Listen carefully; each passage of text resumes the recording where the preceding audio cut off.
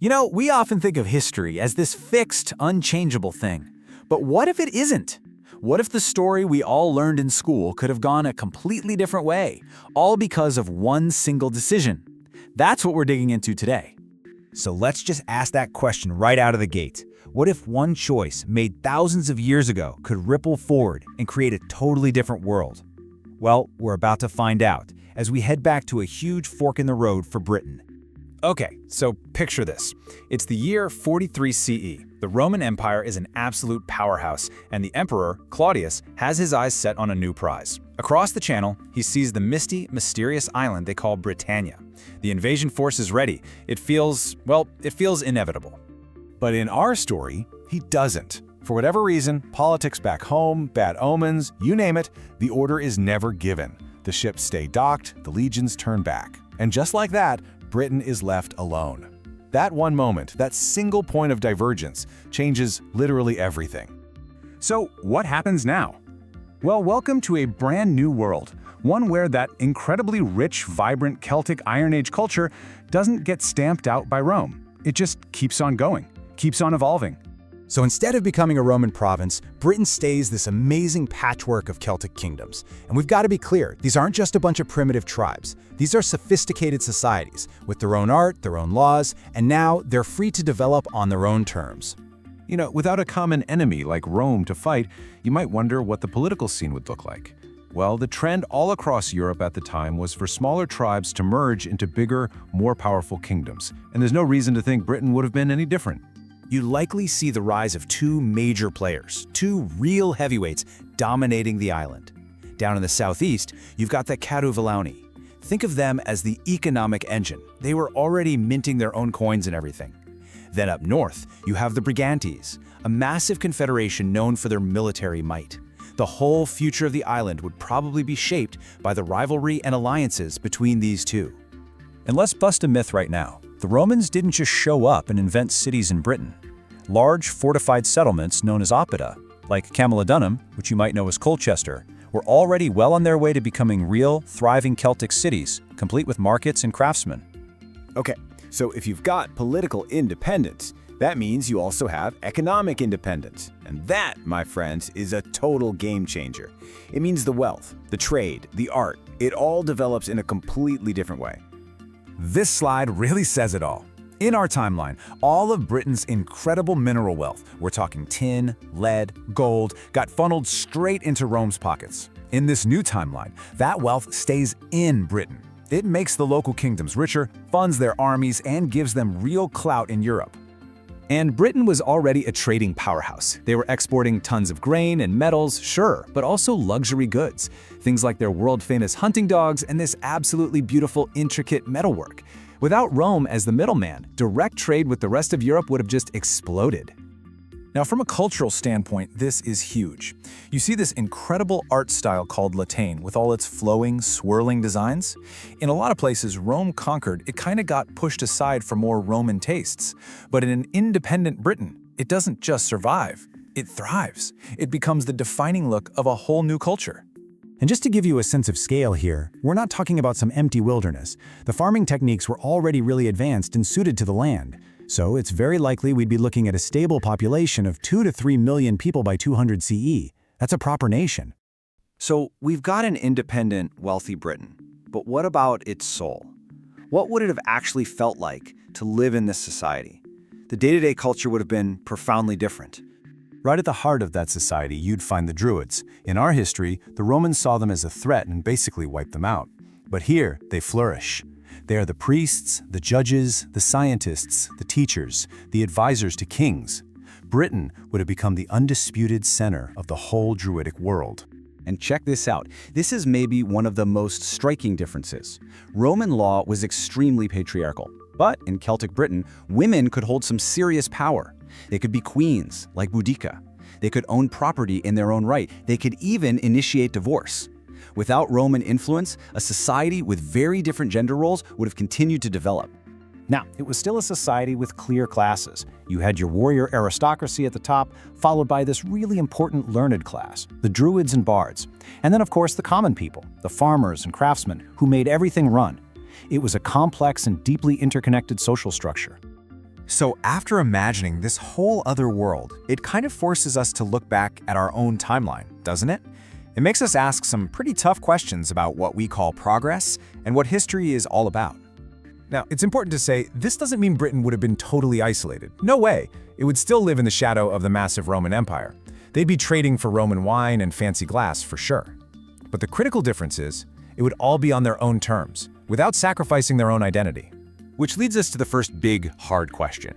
What was actually lost when the Romans did invade? We've just imagined a future with unique cities, a flourishing artistic tradition, and a different social path. Was the price for Roman roads and villas the complete loss of that potential world? And that just opens up an even bigger question. We're often taught to see the Roman conquest as progress, as bringing civilization. But is it really progress for the people on the receiving end? This alternate Britain suggests there was another way to develop, another way to be successful and sophisticated. And that leaves us with the final and maybe the hardest question of all. How on earth do we decide which version is better? There's no easy answer. Roman Britain gave us one set of legacies. A free Celtic Britain would have given us something completely different. And wrestling with that, with what could have been, is what makes thinking about history so incredibly fascinating. All right, part 2. In our last explainer, we painted a picture of a Britain that never fell to Rome, right? A land of powerful, independent Celtic kingdoms. So, the big question is, what happens next? See, while all this is happening, the Roman Empire on the continent is crumbling. And that means people are on the move. You've still got the Angles, the Saxons, the Jutes, all those Germanic tribes are feeling the pressure to find new lands, just like in our history. But, and this is the key, the Britain they're about to run into is a whole different beast. It's not a weakened province, it's a formidable opponent. Okay, so let's set the scene. We're talking about the year 400 CE. Without Rome in the picture, Celtic Britain has had, 400 years to just develop on its own? This isn't some broken land just waiting for a savior to show up. And this is where you really see the difference. In our timeline, you have this massive power vacuum. Post-Roman Britain's defenses are collapsing. But in this history, you've got these strong, stable kingdoms. Think of places like Britannia up in the north, or Catavellania in the southeast. These guys are organized. And here's the why.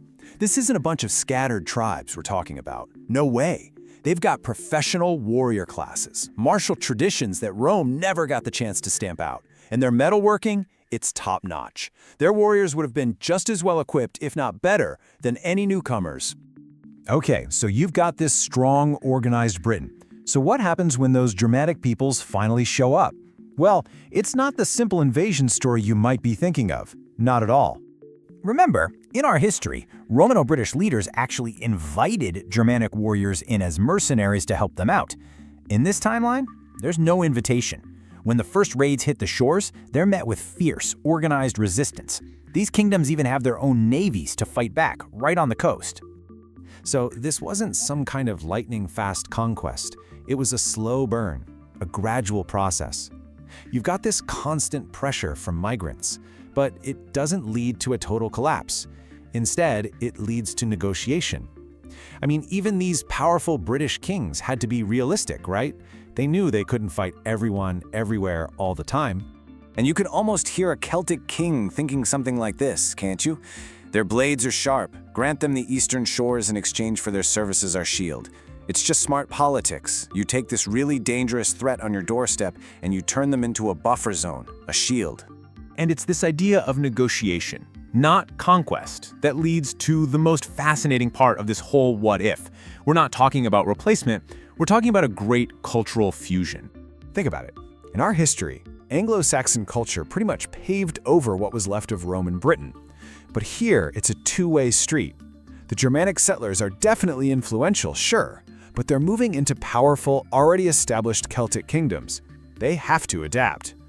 And you can see just how deep this blending goes. In language, you'd get Celtic tongues picking up Germanic words, and the settlers would have to learn the local Brythonic dialects. Artistically, imagine Germanic styles merging with those classic Celtic knots and swirls. And in the military? Whoa, you'd get a fusion of tactics, taking the best from both worlds. So what comes out of all this? You get these brand new political creations, hybrid kingdoms. It's easy to imagine, especially in the East, A new ruling dynasty with, say, a Saxon father and a noble Celtic mother. And they'd be ruling over a population that's slowly but surely becoming one people. All right, let's fast forward a bit. After a few centuries of all this blending and evolving, what does Britain actually look like by the year 800? Well, it is a completely transformed island. And maybe the biggest, most profound difference is in faith. Think about it. In our world, Christianity was a Roman import, for the most part. So if you take Rome out of the equation, how does Britain find its faith? You end up with this incredible patchwork of beliefs. You'd still get Christianity for sure, but it would be coming from Ireland, spreading across the West. Then you'd have the Germanic pagan faiths really strong in those eastern settlements. And here's the big one. The powerful native Celtic Druidic tradition, it would likely survive and maybe even thrive in the heart of the island. And what about the economy? Well, this Britain is an absolute powerhouse. Its trade routes aren't pointed south to Rome anymore. They're aimed north at the Franks and Scandinavia. It's exporting that amazing metalwork it's famous for, and it's combining its own land systems with new, more productive Germanic farming tech. It is a completely independent player on the world stage. And militarily, just imagine, you take the incredible shock and speed of Celtic cavalry, and you combine that with the unbreakable, disciplined shield walls of Germanic infantry. This isn't just an army for defense anymore. This is a force that can project power, a force that's greater than the sum of its parts. So, when you put it all together, here's the takeaway. The Britain that emerges by 800 CE is something totally new.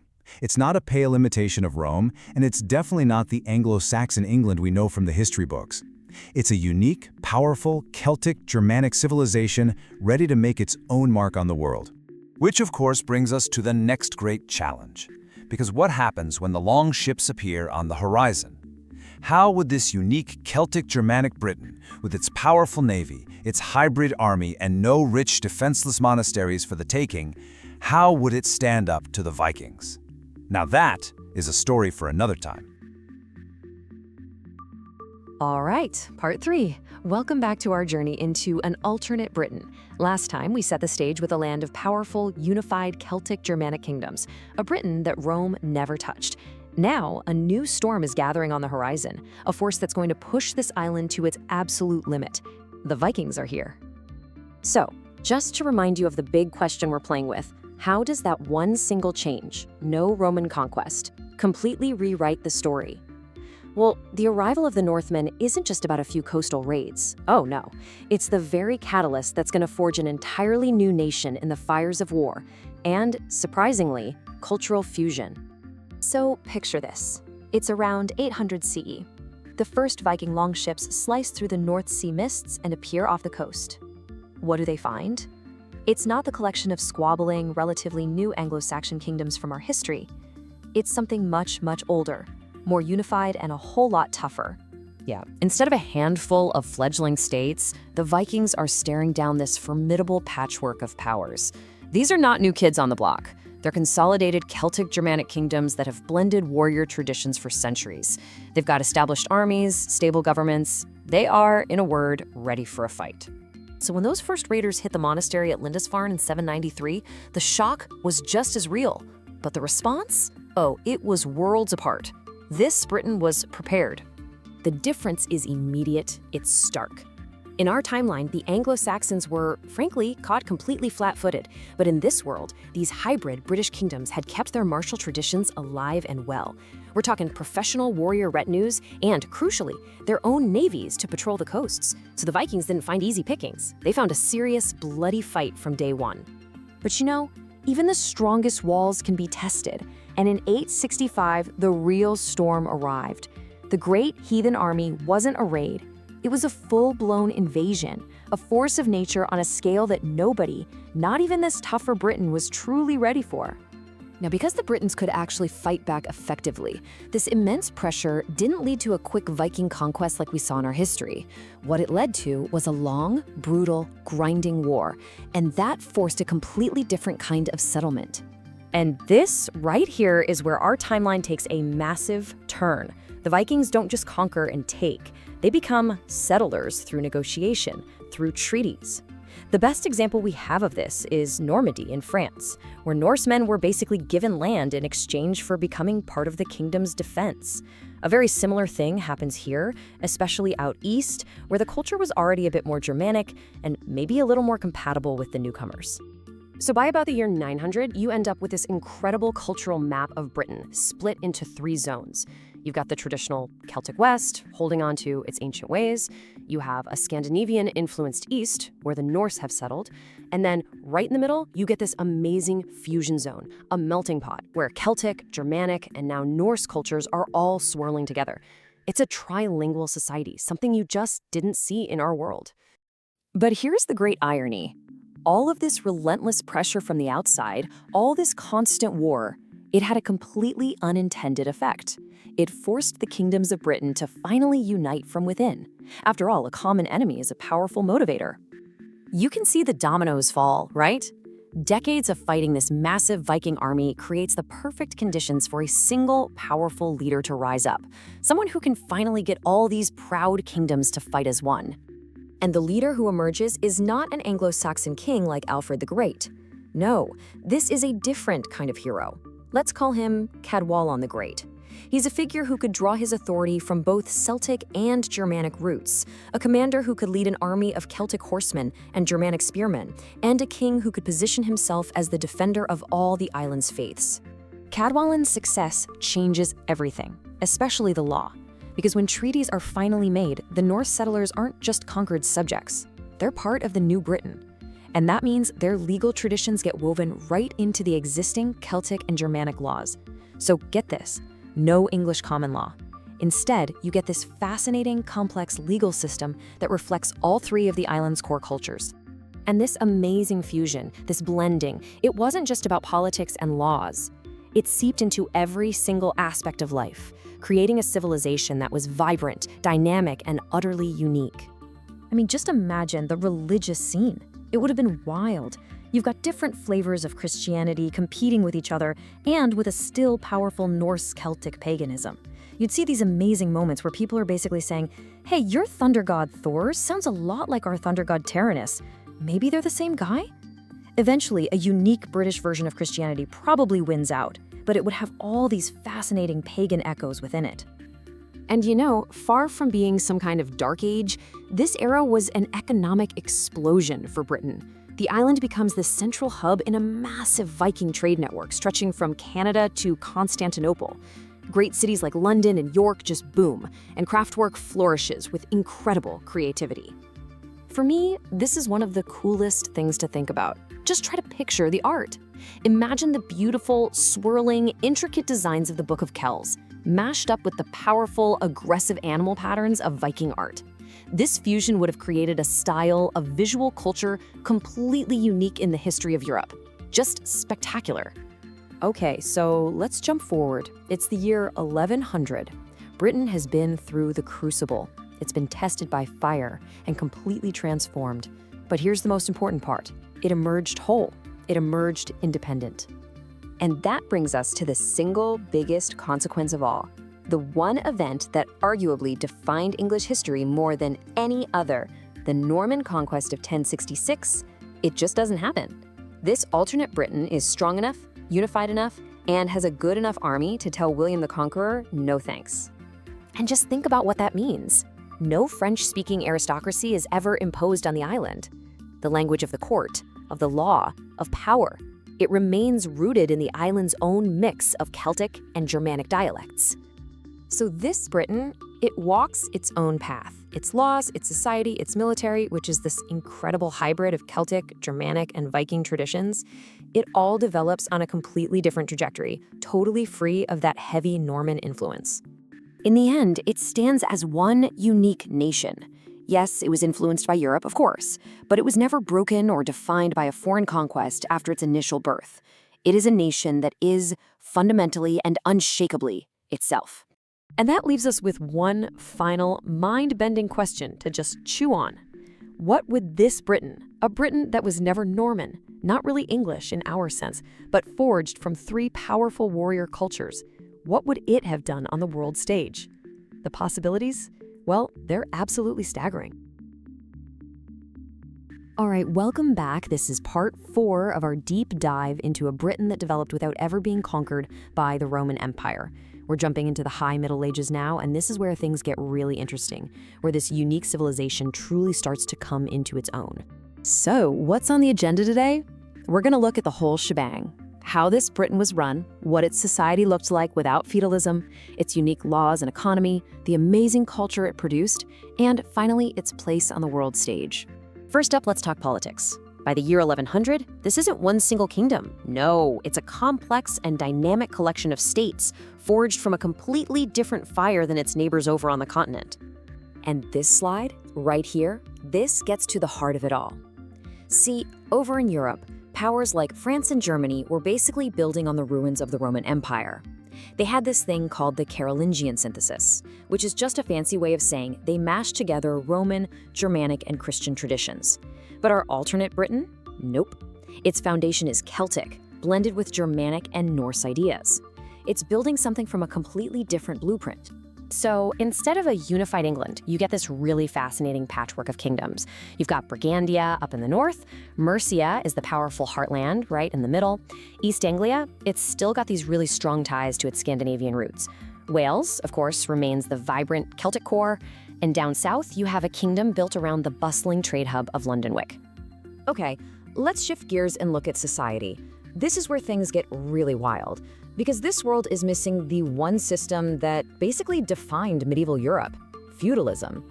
And just a quick refresher, right? Feudalism in our timeline was that strict pyramid, king on top, then lords, then vassals, all built on Roman ideas about owning land. But since our alternate Britain never had that direct Roman influence, well, the system just never took root. Which of course leads to the big question, if there's no feudalism, what on earth is holding their society together? The answer is a system that's way more flexible, rooted in old Celtic and Germanic customs. Land belongs to the family, the kin group, not handed down by some king miles away. The bond between a lord and his warriors, that's personal, a two-way street based on loyalty. Kings, they often get picked because they're the best for the job, not just because of who their dad was. And even the peasants have traditional rights to the land. It all adds up to a society that's just less rigid, more decentralized. So let's dig into the pillars of this new civilization. How do these people handle things like justice, trade, and faith? And this is a perfect example of that synthesis we keep talking about. Their legal system is this incredible fusion. It takes the really sophisticated Celtic ideas about compensation, mixes it with the Germanic tradition of public assemblies and trials, and then throws in the structure of Norse law, especially for stuff like trade on the high seas. Now here's the kicker. This unique legal blend, it had huge real-world consequences. Because that Celtic influence was so strong, women here had way more rights. We're talking property rights, the right to seek a divorce. I mean, just stop and think about that for a second.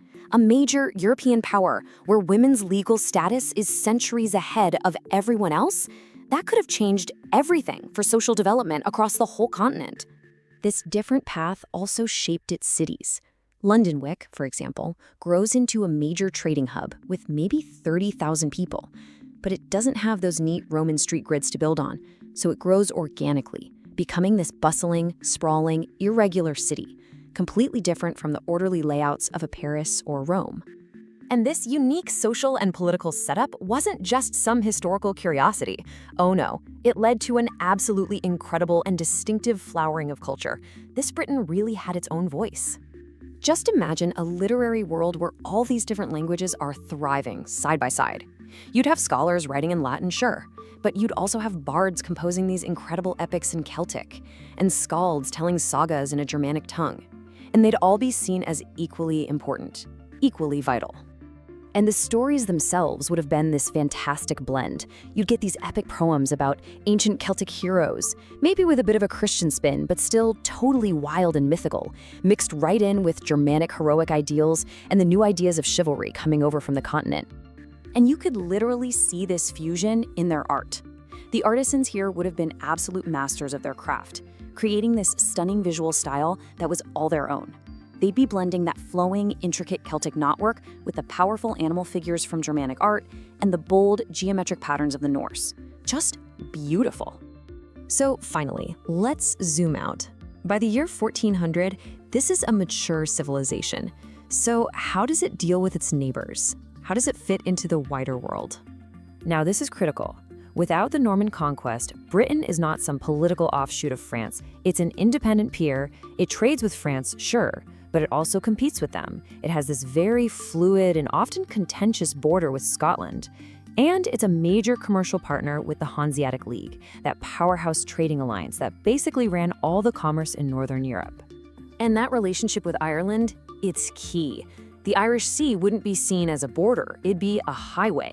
This creates a really unique Celtic Atlantic world, a whole cultural zone tied together by language, by faith, by politics. It would have been a totally distinct and powerful force in medieval Europe. So that's where we'll leave it. Europe is right on the cusp of the Renaissance. The age of exploration is about to kick off, and we're left with this huge, fascinating question. What happens next for this very different Britain? Does it become this beacon of Celtic culture, a northern trading empire that gives Venice a run for its money? Or does it turn into something else entirely, something we can't even begin to imagine? All right, let's dive back into one of history's biggest what-ifs. What if the Romans just never bothered with Britain? We're going to see how that one little change creates a completely different country. So, welcome to part 5. We are jumping way forward into a period of massive change, the 300 years between 1400 and 1700. This is where we see an alternate Britain, one forged without Rome, finally make its grand entrance onto the world stage. So, let's get right into it. What really happens when a nation's ancient roots, its Celtic, its Germanic, its Viking traditions, are never paved over by Roman law? How does a place like that handle the Renaissance, the Reformation, and the Age of Discovery? It's going to be a wild ride. Okay, so our story kicks off in the 1400s, right in the aftermath of a total catastrophe. The Black Death, it ripped through all of Europe. But in our alternate Britain, it actually pushes society down a totally different road. This is what's so wild. The same exact event causes two completely opposite reactions. On the continent, the plague starts to break down feudalism. But in this Britain, where society was already built on tradition and customary land rights, the labor shortage gave the peasants the upper hand. They didn't just ask for better wages, they locked in stronger ownership of their land. Suddenly, you've got this powerful new class of independent landowners, and that changes, well, everything. So with that kind of social setup, how does this place even come together as a country? Well, it's not the story of a single, centralized nation being born. Oh no, it's something way more interesting and a lot more messy. This whole unification thing wasn't a one-and-done conquest. As you can see, it was a slow burn, stretching out over a century. It was a messy mix of smart marriages here, a little war there. By 1500, yeah, you've got one person wearing the crown, but they're ruling over what's really a kingdom of kingdoms. And what comes out of this is not a melting pot, not at all. It's a mosaic. Don't think of a unified France. Think more like the old Holy Roman Empire. Complex, multi-ethnic, and decentralized. I mean, the government had to operate in Celtic, Germanic, and Latin just to function. The royal court literally had to be trilingual. It was a multinational kingdom from the ground up, with the bustling port of Londonwick as its beating heart. Now, while all this is happening, that huge cultural wave, the Renaissance, is sweeping across Europe, right? It's all about rediscovering the glories of the classical world. But when it finally washes up on British shores, it hits a place that has a very, very different relationship with Rome. This quote right here, this just nails it. Unlike in Italy or France, there's no feeling of reclaiming a lost Roman heritage because it was never theirs to begin with. And that one detail changes absolutely everything about how the Renaissance plays out here. This comparison just lays it all out. While the continent is looking backward to Rome, this Britain looks inward. Its scholars start digging up ancient Celtic texts with the same passion that Italians were digging up Cicero. Their artists start blending classical ideas with ancient Celtic knotwork. It's not a rebirth of something old, it's the birth of something totally new and unique. And guess what? The Reformation is a totally different story here too. Since you don't have a king trying to get a divorce, the push for reform isn't political. Instead, it's framed as going back to their roots, to older, more independent Celtic Christian traditions. For the average person, it felt less like a crazy new idea and more like a return to the old ways. So what you get isn't one single state church, but this really diverse religious landscape. Okay, let's jump into the 17th century.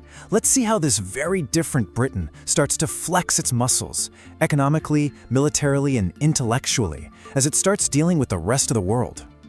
So, this Britain becomes a big deal in trade. But because its society is built on this strong foundation of small landowners, its version of colonialism looks totally different. They're not focused on sending thousands of people to settle new lands. Nope, it's all about business, setting up profitable trading posts. And that social structure, with a weaker aristocracy, just lets entrepreneurship boom. Militarily, this is where things get really cool. They essentially create a greatest hits army by blending the best parts of their different cultures. Just imagine it. The furious charge of Celtic cavalry, covered by disciplined Germanic infantry, all backed up by a powerful navy born from their Viking heritage. They become masters of combined arms warfare way ahead of their time. Even their politics are homegrown. There's no Roman law to draw on, no Magna Carta to point back to. So they build their own theory of limited government from their own history, pulling from ancient Celtic ideas about kingship and old Germanic traditions of tribal councils. It creates this completely unique flavor of constitutionalism. So after 300 years of going down this completely different path, let's take a snapshot.